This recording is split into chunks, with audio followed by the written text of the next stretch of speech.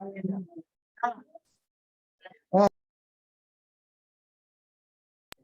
great to see you all. So it's my pleasure today to introduce Neil Hessler, who's a new faculty started this academic year at Waterloo. Yeah. So to have him with us. So Neil, he did his PhD at the University of North Carolina with Kurt Gray, and then a postdoc with Eric Haven at Yale University. His primary research interests right now are centered around person perceptions. So that could be stereotyping and prejudice, it could be face perception, or it could be some of the stuff that he's going to tell us today, which is about perceptions of dress and bodies. Perhaps not coincidentally, Neil is one of the best dressed social folks I know. Thank you. Low bar, admittedly. So thanks very much. I'm excited to see where you're going to go. Hey, thanks so much, y'all. Appreciate it. All right, so I'm excited to talk with y'all today. Thanks so much for having me. I thought about bringing my job talk, but I thought this is more fun. This is more recent. So this is going to have the opposite of what a job talk has, which is basically no data. This is just a kind of short version of a theory paper with the same name that is in press at Personality and Social Psych Review right now. So we'll get into it. In one of Cinderella's most iconic scenes, the fairy godmother transforms Cinderella's clothing from rags into a beautiful ball gown. She's now fit for the royal ball, and those in attendance greet her with awe rather than the disdain she would have faced arriving in her old threadbare clothes. At its core, this scene is about the transformative power of dress. One outfit changes others' impressions of Cinderella, and she lives happily ever after. Though most would agree that dress substantially influences perceptions and outcomes, this topic has received relatively little attention in social psych and adjacent fields. Now, the reason this is important is that this oversight raises questions regarding the validity of person perception models that do not incorporate this element of target dress. Here, what I'm going to do is I'm going to review existing lit, propose a working model to integrate dress, and identify 4 important ways that dress influences person perception. So I probably don't need to convince you that dress is important. Other examples of contexts you might have found yourself in at some point. Maybe you found yourself thinking about what to wear on a first date versus a third date versus maybe a 5th date when you're starting to settle in with a person a little more. These kinds of judgments might be a little bit different. You might be going for different vibes, right? If you've ever been to a wedding, you know that you get these cryptic suggestions on what you're supposed to wear. What is the difference between semi-formal and cocktail? I'm still not totally sure, but it's important to try to adhere to this, right? If you show up severely over or underdressed, it's gonna feel a little bit weird when you interact with other people. So, we lose a little bit of time and thought over this. And then finally, job talks, job interviews in general. Huge deal, right? We really sort of hem and haw over how we should dress, maybe striking the right balance between formality, but seeming settled as well, maybe sticking with our own personal kind of ideas of attire. I collected these slides from a 2020 talk about the road from campus visit to contract letter. So you might recognize some of these people. Right, these are some positive examples of how you should dress when you go up on the job market. So I think we can all agree on this basic premise that dress is important, right? But when we look at a review of literature on social categorization and evaluation, we might find that many sort of recent reviews about these processes have relatively little to say about the impact of dress on person perception. I think a big part of this is that there just isn't a well-integrated literature for these reviews to really draw on in the first place. So it's not that we disagree that it's important, it's that it can be difficult to get going, right?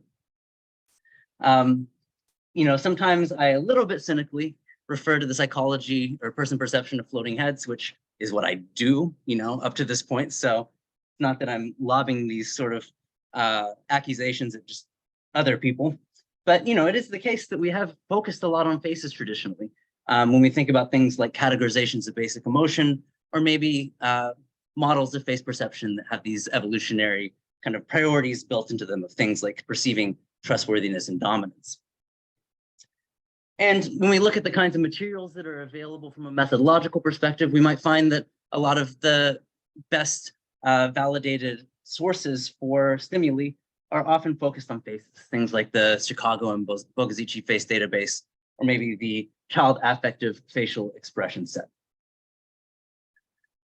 So what I'm not trying to suggest is that there's no research on this. That'd be a very strong statement and would be ignorant of a very large, if sort of scattered and sort of badly organized literature. There is a lot of work, and a lot of it focuses on specific phenomena. There's work on maybe the effect of wearing red on perceived attractiveness and dominance based on evolutionary arguments, or the use of specific status cues, like maybe a Timex versus a Rolex watch, something you'll see in some marketing articles about perceived wealth. Things like outfits or uniforms that signal roles. So this might be grounded in something like social role theory, for example. Or straight men's perceptions of women's sexual interest based not necessarily on their facial expressions or on their closed versus open stance, but instead focusing too much on whether they're exposing more or less skin with their outfits. So this is work specifically on biases in straight men's perceptions of sexual interest in pictures of women. So there's obviously many other pockets of research. We do a more extensive review in the paper, but it is the case that this work is out here, but even reviews from kind of within this area have made statements such as in 2008, this review by Kim Johnson and Sharon Lennon actually ends the abstract by just saying most of this research was not guided by theory, just very flatly. It's like, here's all these pockets of research and this is how we feel about it. So this is the kind of situation we're in, right? So here's my roadmap for the talk. First, I'm just going to work on setting a working definition of dress that maybe, if not perfect, is at least useful. Then I'll talk about the neglect of dress and person perception and talk about 3 reasons why I think this topic has been historically neglected. 1, high theoretical complexity and a lot of emergent properties. 2, incompatibility with traditional methodology in the field. And 3, the fact that dress has historically been a more important domain of expression and communication for oppressed and marginalized groups. Then I'll present a working model of person perception that identifies 4 factors of dress and person perception that are not meant to be exhaustive, but are at least useful for organizing the lit and pointing to future directions. These will be social categories, cognitive states, status, and aesthetics. Finally, I'll talk about some theoretical and methodological challenges for studying dress and propose tentatively some possible solutions to these problems. All right. So when we think about defining dress, we think of this very much as a fuzzy category, right? We're not trying to draw these discrete boundaries around what is and is not dress. However, I think there are some cases we could agree on, things like jackets, jeans, jewelry, socks and shoes, obviously dresses, it's in the word. These are all elements of dress. I think these are pretty easy to categorize. We might also be able to clearly say things that are not dress, maybe things like physiological aspects of the face and the body, or on the other side of things that are even more external to the body than dress, things like cars or paintings or electronic devices. But I think there are some fringe cases too that maybe we should talk about that might merit trying to come up with a definition before we move forward. Things like makeup and tattoos and hairstyles, or things like backpacks or wheelchairs. So what we're going to do is we're going to draw on foundational work by Mary Ellen Roach Higgins and Joan Eicher. They've both been faculty in the United States in clothing and textiles, and Joan Eicher is also an anthropologist. And they put forth a definition of dress that I think is quite useful. They say that dress of an individual is an assemblage of modifications of the body and or supplements to the body. A distinction that I want to make here is that this is a person perception talk. So there is going to be a little bit of difference between dress and target dress as perceived by a perceiver. So it might be the case, for example, that if someone has tattoos, then they experience those tattoos as dress. But if those tattoos are not visible to the perceiver, then they are not going to be a part of target dress. So I would think of these as mostly overlapping, but not completely overlapping circles. With this definition in hand, I think that we can maybe clarify that While hair itself might be something that is more physiological, hairstyle as intended is an element of dress, as are things like makeup and tattoos. Something like a backpack or a purse, I would think is an element of dress, but maybe if you're just carrying a grocery bag, it may not be perceived as such. And something like a wheelchair, though an extension of a body that is functional, is also something that I think is perceived typically as dress, though this might vary from perceiver to perceiver. Now, this is not a perfect definition, but it draws some boundaries, and I'm just going to briefly draw in that there's some match between William James and what he talked about in Principles of Psychology, when he actually did talk about how garments are a very key part of the self and very close to the self. He actually, when he was talking about self-concepts, placed clothing before things like our familial and friend relations and our houses as being more integral to the self. So I just think this is sort of a fun historical aside. And if you're interested in reading specifically about William James's preoccupation with clothing, there's an entire article about that. The Sartorial Self, William James's philosophy of dress. I thought it was super fun. He loved bow ties, apparently. All right, so why is it the case that we see this neglect of dress in person perception?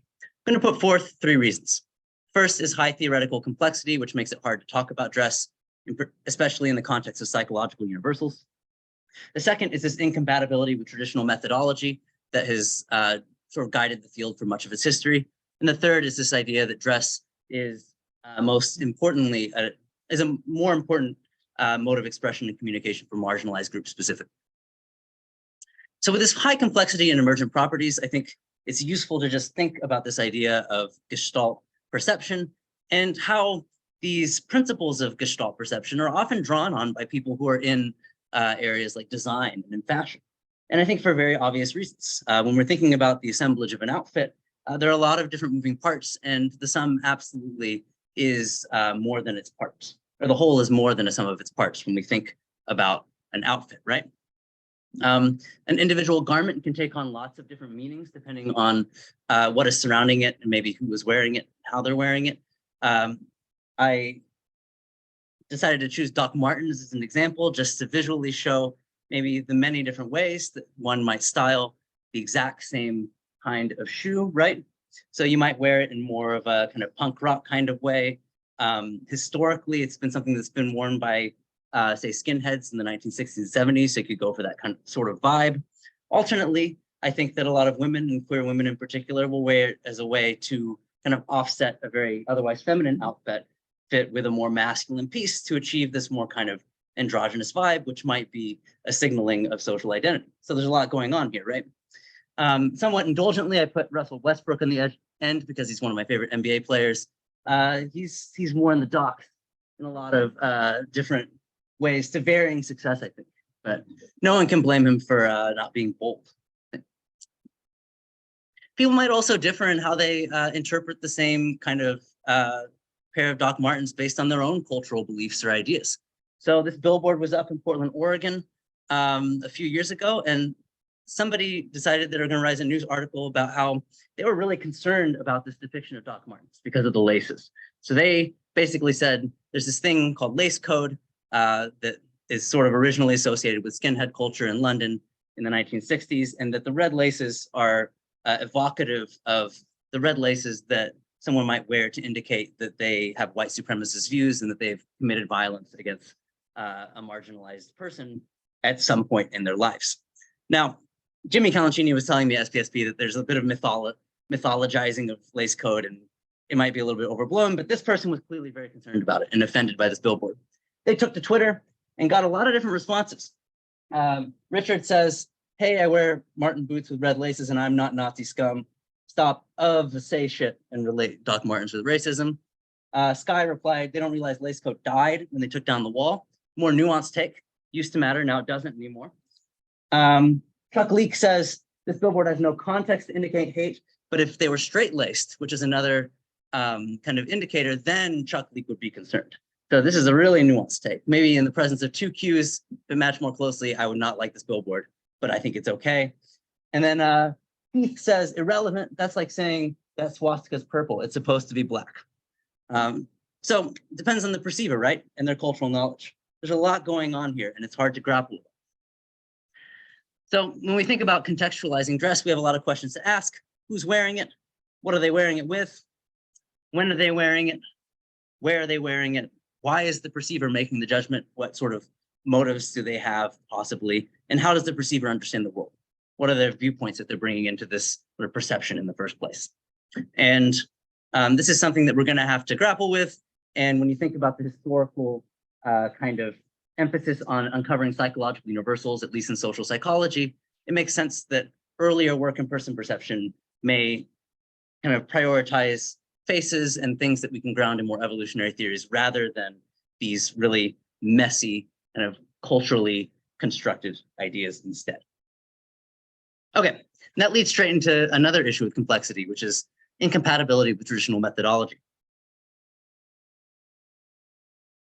A couple years ago, Moin Syed gave what I thought was a really interesting talk called "It's 2x2 Designs All the Way Down," and argued that the over-reliance on 2x2s, which have been seen sort of as a gold standard of showing causality in our field for a long time, this reliance maybe restricts the universe of questions that we are well equipped to ask as a field.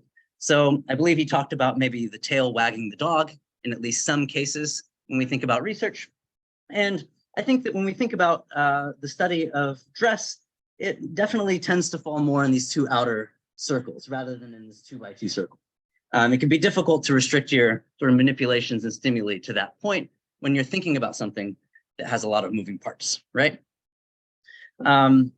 Also the case historically is that we've tried to go with these really hyper-controlled sort of setups. Of course, we're moving away from that, I think, increasingly as a field and embracing heterogeneity, say in both our participant samples as well as our stimulus sets, learning maybe how to just model this heterogeneity instead.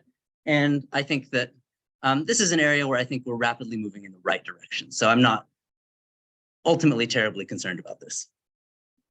And I think the third reason that dress has been neglected is that dress is a more important form of expression and communication for marginalized groups. Now, it's not like I'm saying that people from positions of privilege don't care about dress. Absolutely not the case. Maybe for signaling status, they care about it very deeply, but I don't think it's quite the same. So, of course, we have this issue with weird populations, and this has to do, this absolutely, kind of, despite the fact that the minority of the world population fits into this category, the majority of our samples do fit in this category, so we have a generalizability issue with psych here. Similar criticisms have been, or adjacent criticisms have been sort of brought forth by intersectionality scholars, describing these ideas of overgeneralizing based on work that is based in very specific groups, often pretty white, pretty educated, pretty Western. And when we think specifically from sort of a faculty perspective and who are the researchers who have maybe historically driven the field and maybe influenced its trajectory, what we tend to focus on, what we have existing models and theories of that we then base future psychological questions on, folks like Stephen Roberts, June Gruber, Jane Mendel, and many colleagues, and Morgan and colleagues have talked about how there are these biases of in terms of race, gender, and socioeconomic status, and who ultimately are faculty and kind of are the primary driving forces in the field in terms of what we actually study and what questions we ask. So here I'd like to play a short podcast clip from Articles of Interest, the fabulous podcast led by Avery Trufelman. And here she speaks with Dawn Letts about dress and expression.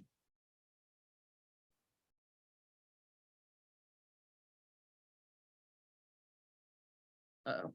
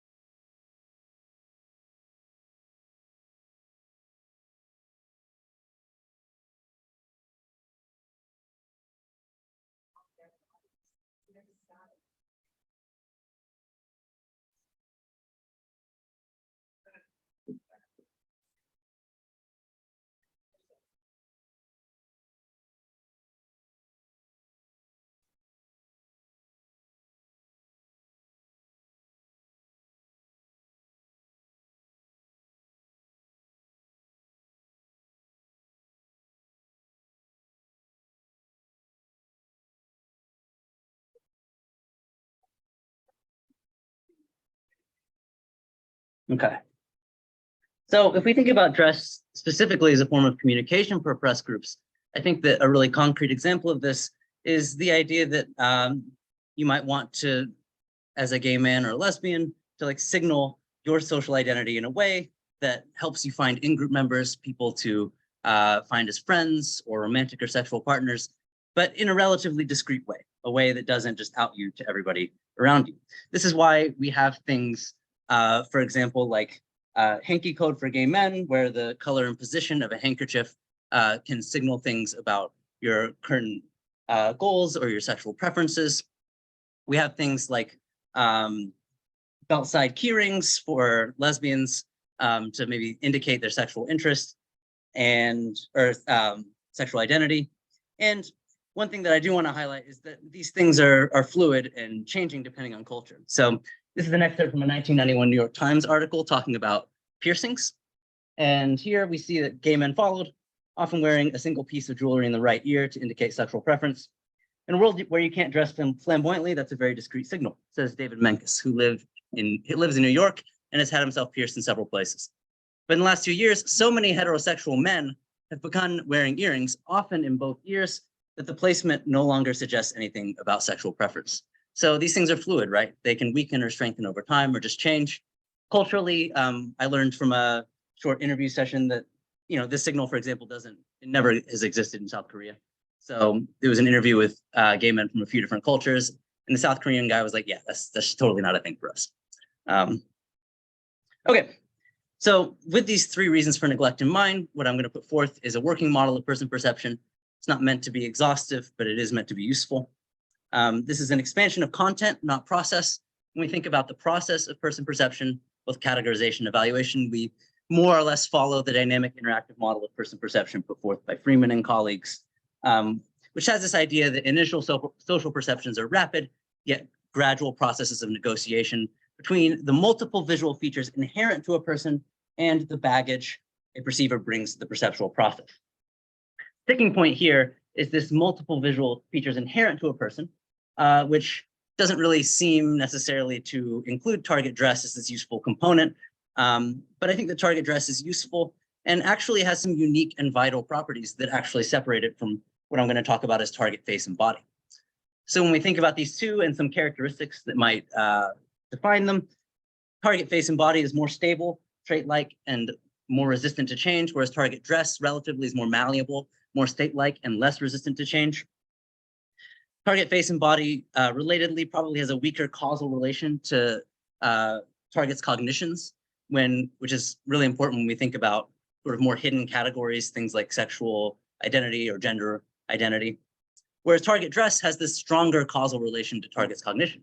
It's chosen, sometimes in a motivated way or a way that promotes self-concept. And then target face and body causally influences target dress. So the way that we dress is a function to some degree of the bodies and the faces that we just have. And target dress is interpreted together with face and body. So they're intricately linked and they're often perceived together in tandem, this sort of interactive kind of way. So this is what the model looks like if we think of it as a figure in the paper. Again, there's not a lot of process-oriented information here because we're not making any particularly new statements about process, but we do have some examples of these kinds of 3 sort of elements of a target that a perceiver might account for, along with their own beliefs, stereotypes, attitudes, so forth, and how these work interactively to eventually produce some kind of evaluation or categorization. So I can give maybe an example here of how all of these things might play together. So you can imagine a perceiver who endorses negative Black stereotypes. Maybe they see Black people as being more threatening than many other racial ethnic groups of people. And you can imagine this perceiver in the context of an empty street at night might perceive a Black target wearing a hoodie as significantly more threatening than either a Black target wearing, say, a suit and tie, or a white target wearing the same hoodie. However, in a different context, so we think about context as its own piece, at a restaurant in the middle of the day, probably doesn't really care that much. They're not really motivated to be appraising threat in particular. So it might be the case that they perceive relatively equal threat between, say, a Black man wearing a hoodie and a Black man wearing a suit and tie. If there is a difference, it's at least a smaller difference than the context of the street at night. So you can see all of these pieces are working together to form fairly intuitive and I think likely true kind of judgments about dread.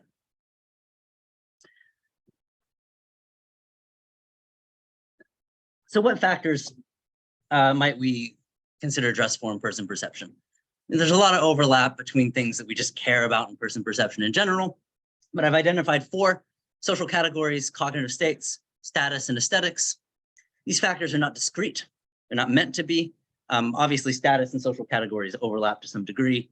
And this list is neither exhaustive nor is it totally empirically or really empirically derived at all. The point here is to identify themes that emerged during a large literature search that meet the following criteria. They parsimoniously organize a majority of the existing dress literature. They possess clear links to existing non-dress social cognitive research so that we can have some theoretical ideas about what directions we might go in or what we might expect. And they concern information that is at least sometimes more readily conveyed by target dress than by target face and body or context.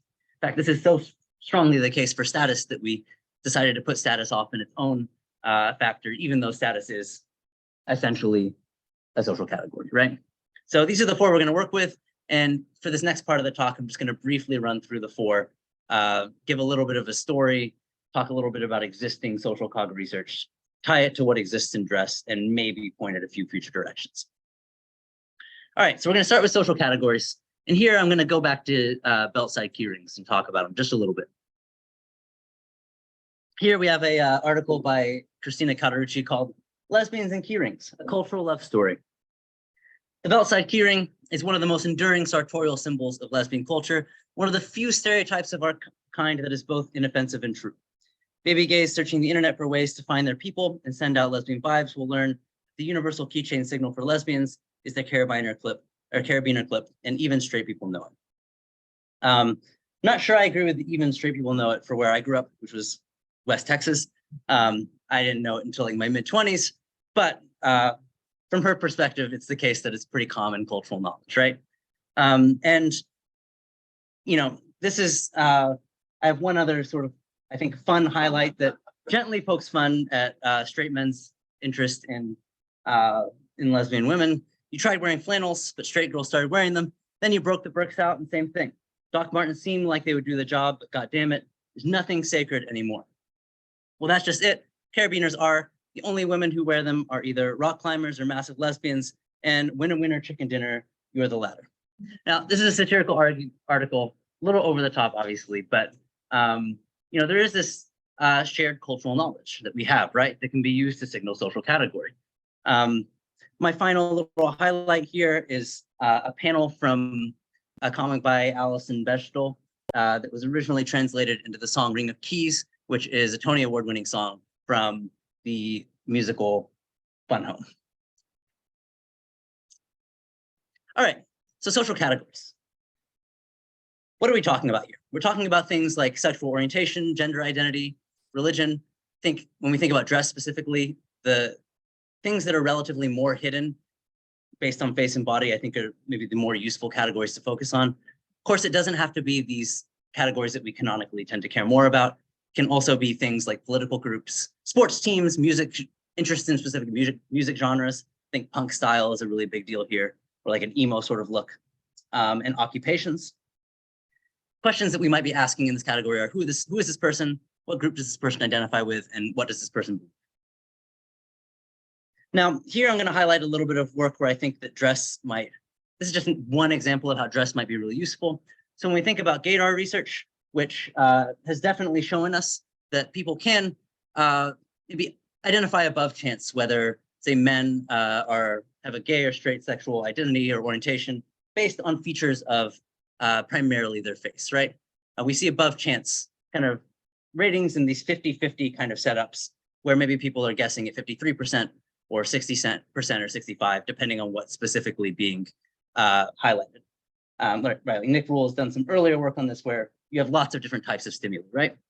Now, I think this work is really interesting and useful in some ways, but I also think that there is some deep contextualization when we think about gaydar functioning in this lab context. 50-50 is not really how this actually functions in the real world, right?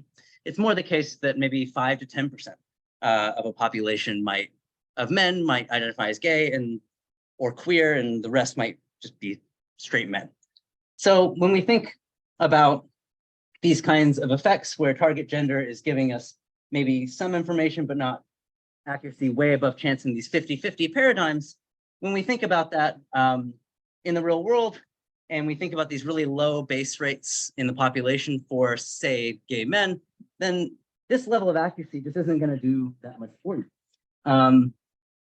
Andrew Gelman and colleagues talked about this some. If we want the chance of someone who's classified as gay actually being gay to be greater than 50%, then if 4% of the population is gay, even if we could identify every single gay person perfectly, we would still need to classify around 96% of straight people correctly to acquire to achieve the required accuracy. This is highlighting that functionally, if you were, say, a gay man and you were trying to maybe signal to members of a community or find these members, your face is not going to do it for you. Like, you're going to need more than that. And this is where I think we see a very clear example that it might be the case that elements of dress can get you at least approximately to this kind of required level of accuracy such that would be functional from this group member finding perspective. All right, second thing is mental states. Here I'm going to highlight an article called Black Armor by David Yee. And here I want to focus on a quote from a Black man in America. It's like armor to me. When I have a suit on, I feel like all of a sudden the world sees me differently. Cops aren't staring, people wave back, people shake my hand and open the door for me. It's like I'm the president of the United States. I think this really highlights this idea that has existed in respectability politics for a long time for Black people in America. This idea that you present yourself in a certain way using your dress as a way of countering perceptions of threat before they even happen, right? We can see these older historical photos of Black dandies in Kansas City, 1955, or of musician Dexter Gordon in Los Angeles. These ideas that you really dress up because that is a way of being safe, right? And when we think about these cognitive states being signaled by dress, there's a lot of things that we can focus on. We can think of mental states not only such as goals, motivations, intentions. I understand that there's some conceptual blurriness about traits versus states in person perception. So thinking about who's perceived as being motivated to be threatening versus somebody who is an aggressive person. So I understand there is some conceptual blurriness here, but I think we can live with that in this case. And questions we might ask here are, what does this person want? What is this person doing or planning to do? And where is this person going? So if we think of useful work here, of course, there's classic work on the importance of theory of mind, right? And more recently, there's work by Becca Neal, Bethany Lassiter, and Eric Kamen on the relevance appraisal matrix, this idea that we infer to what extent a person represents opportunity and threat on these two dimensions, and maybe we pay more or less attention to them. Maybe we have specific goals that are related to things like threat or things like disease or other kinds of goals. So there's, I think, really good groundwork for these kinds of things in social cog research, something we've studied a lot. But when we think about sort of pulling dress into it, I think we have some examples of how that might work. So for example, there's work looking at Afrocentric versus Eurocentric hairstyles, particularly in a work setting, and how things like motivation can hinge on what kind of hairstyle that you have, particularly for Black women. And there's work on sort of achieving sort of optimal amounts of femininity versus masculinity as women in the workplace, and how this can be a really tricky kind of situation. You want to, if you were trying to, I guess, achieve the most positive kinds of perceptions possible, it's a really tricky kind of thing to have to try to navigate or negotiate in the first place, because you don't want to be perceived as too feminine and you don't want to be perceived as too masculine at the same time. And the way that you manage that is primarily through dress, right? Okay, so that's cognitive states. I abbreviated these a little bit in the interest of trying to keep the time within the sphere. We could go on future directions, but I removed some slides just to keep us on track. So next we'll talk about status. Here, I'm going to go way back and talk about Queen Elizabeth I and her sumptuary law dating back to 1577. And here we have the basically law that certain classes of people just can't wear certain things. So none shall wear in his apparel any silk of the color purple, cloth of gold tissue, but only the king, queen, and king's mother, children, brothers, sisters, uncles, and aunts. And then dukes and marquesses can do some stuff, and then common people can, wear whatever's left over, right? And these things were punishable by heavy fines, and in some cases, corporal physical punishment, right? So status and dress have a very tight and very historical link to each other. Now, it's obviously not the case that wearing certain clothes will get you thrown in prison, at least in a lot of societies or most societies these days. Although, if we think about things like laws for Muslim women and like clothing that they can wear, there can still be these severe kinds of punishments. But when we think about status and maintaining status, what we're thinking about is inferences of things like wealth, class, and power. And I understand the status overlaps with social categories, but it's set aside because of this very powerful sort of link between dress and status specifically. Questions we're asking is how much power does this person have? How many resources do they have? And what is this person's standing in society? Here, I'm going to play a second articles of interest article. And here we're going to hear from an economist whose name I've forgotten, but I think it's in the clip. Sorry. There we go.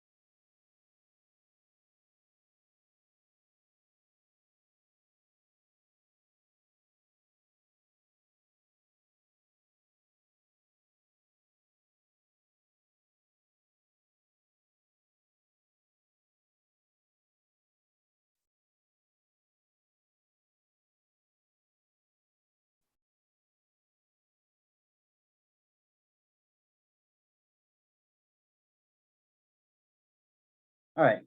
So here we are at the description of the Veblen curve, the idea that as the idea that something is just as the price goes up, the demand goes up also. Because what that indicates from a psychological perspective is that in these cases, the entire purpose of these goods, which are often dress goods, is pretty much to signal status, right? And this is why we're kind of putting status off on its own. There really is this intricate link.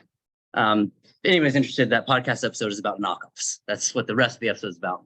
Super interesting. So status, I'm going to highlight just some recent existing work about status. So Keith Payne and colleagues have done this work on subjective income inequality and objective income inequality and how they tie to maybe these risky, say, sexual or financial behaviors. And here they show a moderation or a mediation between, just say an indirect effect between Gini coefficient and risk index through status goods. And in the paper, they just talk about the status goods, but if you look really closely at the methods, at what terms they pulled were like the top 10 terms in Google that ended up indicating status, 8 out of 10 of them are dress articles, right? So here we can see how important dress is specifically for capturing this idea of status goods. Of course, like I said, there is work on specific articles and clothing and how much they mean. There's a lot of insider knowledge here. It's like you're trying to impress people who know just enough to actually understand how wealthy you are, but you may not necessarily even know. So the Rolex on the left is worth 30,000. Does anybody want to venture a guess at how much the I think Audemars Piguet watch is? $60. Higher. It's like Price is Right. You're like definitely higher. Yeah. 100,000. Yeah, that's better. 170,000. Yeah. Yeah, that's 170,000 bucks right there. But if somebody knows, maybe you're saying something about yourself that you really care about. So even kids can do this. If you look at the idea of just looking at a dimension of dress, which is how worn versus new the items look. So this is not even about a specific article. It's just about the state of the article. Kids from a pretty early age, I believe this was done with like 4 and 5 year olds.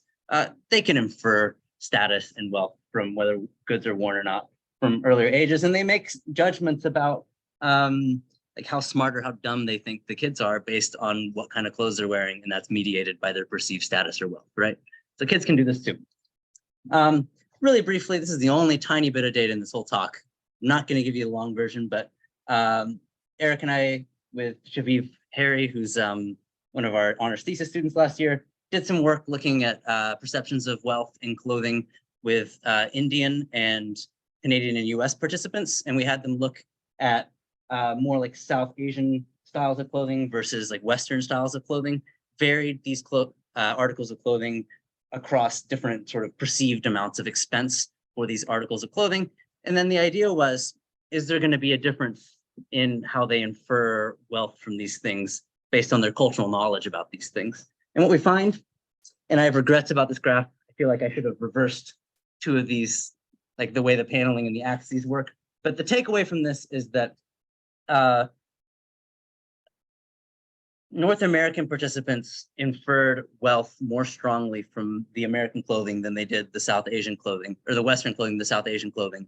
But the Indian participants inferred wealth from the clothing in a roughly equal kind of way. And this makes sense because we don't have a very strong presence of South Asian clothing, so we have less cultural knowledge about it in the United States and Canada. But in India, there's a pretty big mix in terms of the types of clothing that people actually wear from day to day between this South Asian aesthetic and this Western aesthetic. So people just know about both and they understand it. And that moves us into our final category, which I'll go with briefly because I do see the time. Aesthetics. David Hume, initially there were these ideas from philosophers that beauty was located in the actual target, but David Hume and I believe a couple other folks started to write about how the locus of beauty is in the perceiver, not in the target, and that people vary a lot in what they perceive as beautiful, often for very mysterious reasons. And this is aesthetics is sort of the idiosyncratic sort of factor, this factor that catches things that people just like more or less, maybe for cultural reasons, but they vary quite a bit in sometimes hard to understand ways. Why is it that I like paisley and floral patterns? And I like this shirt. I have this shirt. I think it's great. But I really don't like things like animal prints or logos. I'm like allergic to logos. Well, I think it's about as mysterious as aesthetic preferences for art. We have trouble studying these things systematically sometimes because there's a lot of mystery to these things, but it doesn't mean that these things aren't important. It doesn't mean that they don't drive our judgments, right? If you like stripes more than another person, and you see somebody wearing a striped shirt, you're probably going to like their outfit and maybe by extension them more than the person who hates stripes. It's just how it goes. So this accounts for taste, which emerges from a combination of things. It includes questions like, do I like what this person is wearing? Does this person look good in this outfit? And I'm going to be brief here, but of course, taste is influenced by culture. There's work showing, for example, that color preferences are not universal. So Western or British participants have not only different understandings of what color is and different categorizations, but even different preferences from Himba participants. And if there's a recent article exploring color attractiveness and its relevance to fashion, and the really brief of this article is that they just show that color preferences vary a ton over time. If you want historical examples, I think a couple useful ones are that pink was associated with boys and masculinity until about the 1940s, and there was a rapid shift. And maybe women in South Korea basically did not wear black at all until there's more Western influence on fashion. It just wasn't part of the fashion dialect. Right. Okay. And just some future directions that I think are kind of interesting here is that there's obviously a lot of popular media about interactions between a specific sort of aesthetic properties and people's spaces or bodies. Like, oh, you have this skin color, so this is the kind of color you'd want to go with for like foundation or blush or whatever. But these are the kinds of highlights you might want to get. Or maybe maybe y'all have run into the sort of pain that is shopping for glasses, and you look up these articles. Oh, if you have this face shape, you should go for these kinds of frames. I don't know if these things are true, but we could find out to what extent all of this popular knowledge actually matches with people's actual preferences, right? And a really basic question we might want to ask with aesthetics is, to what extent is it birds of a feather and we like people that dress and look similar to us? Or to what extent, in some cases, is it actually more a case of opposites because of these really strict cultural scripts we might follow?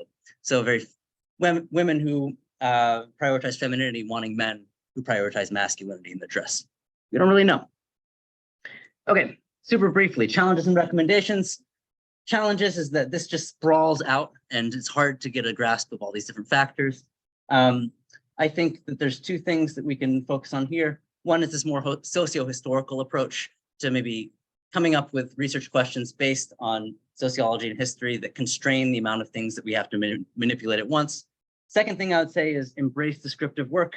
Like with Darwin's finches, I don't think we should be averse to just describing things first. I think it's perfectly fine. And obviously this is becoming more common. Eric Kamen's done a lot of this work and taught me kind of the value of this work. In terms of methodological challenges, I think stimuli are a huge kind of hurdle to get across. I think when you constrain your research question, you can create specific stimulus sets to answer this research question, which is what we see here. But if you're trying to do this more descriptive work, it kind of sprawls out of control. It's hard to create these stimulus sets. I have some hope that maybe AI-related solutions will become viable in the next 3 to 5 years, but we'll see how that goes. So that's the short of it, and I will end just by saying that legendary costume designer Edith Head once stated that you can have anything you want in life if you dress for it. This is hyperbole, but I think this quote captures the undeniable importance of dress in shaping people's impressions of others. Despite this, dress is notably absent from decades of theorizing about first impressions, which has emphasized the roles of faces and bodies. The result is a mismatch between how first impressions unfold in the lab, parade of floating heads and gray-white backgrounds, and how they unfold in the world, a whirling of faces, fabrics, bodies, and baubles. So I hope that I've convinced you of the importance of dress in first impressions, and I think we've got a lot of work to do, but the effort will be well worth it. Thanks so much.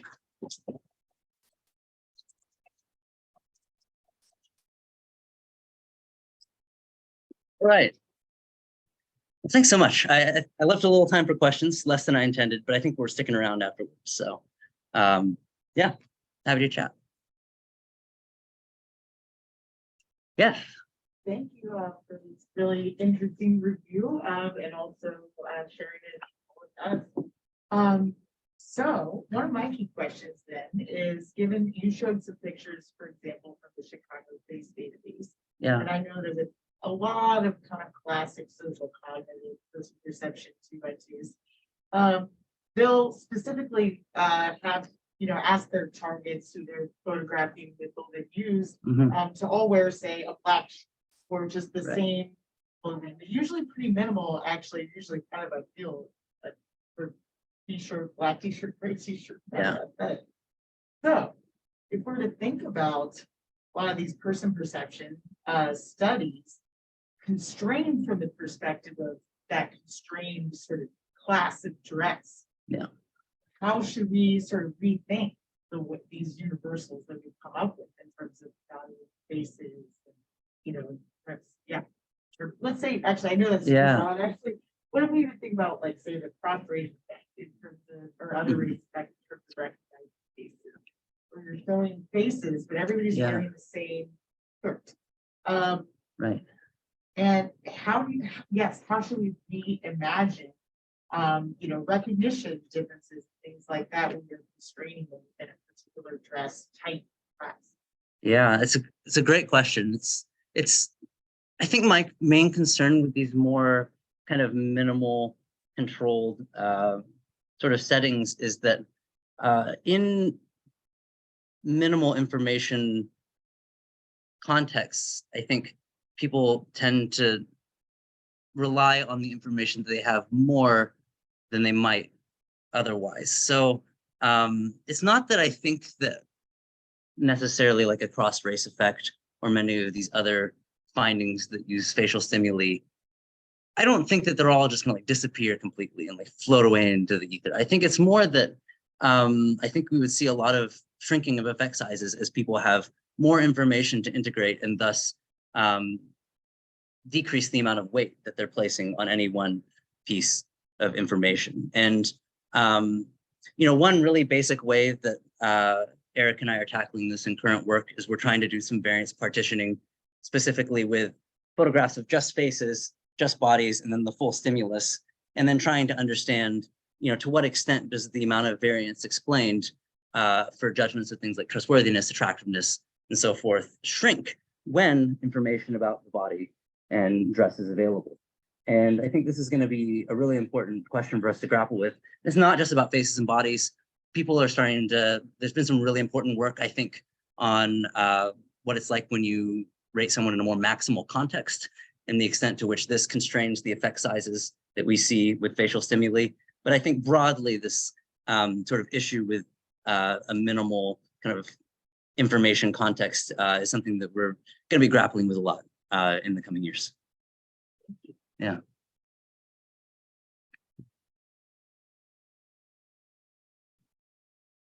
Yeah. So,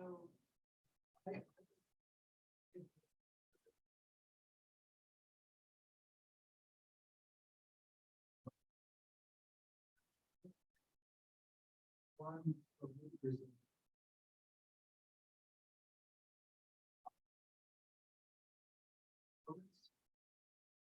are so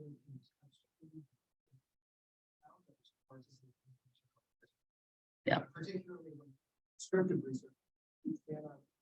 And you can imagine in the 50s, a lot of descriptive research about the inferences that people draw about men from the house that now just would not really be useful. And so I wonder, like, is there a way of like relating it?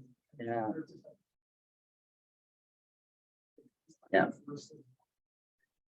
I think it's a great question. And I think that maybe if we here, I think it's useful to sort of flip things a little bit and think a little bit less about the judgments of perceivers, maybe take a more cultural evolution perspective and try to identify maybe what elements or factors in a culture lead to shifts in how people's cultural knowledge or cultural associations with given styles or types of dress change over time. Because then this gives you an opportunity to actually try to organize what you accurately describe as just a huge mishmash of constantly shifting kinds of beliefs or attitudes about specific kinds of clothing. So I think that this sort of cultural evolution perspective is going to be really important, maybe trying to identify, for example, you can imagine maybe trying to, if you wanted to take a stab at tightness and looseness, to maybe understand if are there cultural differences in how dress is perceived, both at a slice of time across different countries that are tighter or looser, but also if you could identify countries that have experienced loosenings or tightenings over a period of time, is there some sort of correspondence in how dress norms shift that you can make sense of? If you can start to organize it like that, then I think that you can start to find a little bit of sense in what is otherwise very culturally noisy and slippery process. Yeah. Yeah. Yeah.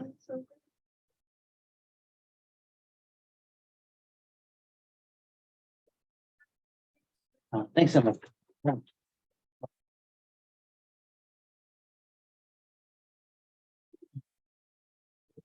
Yeah.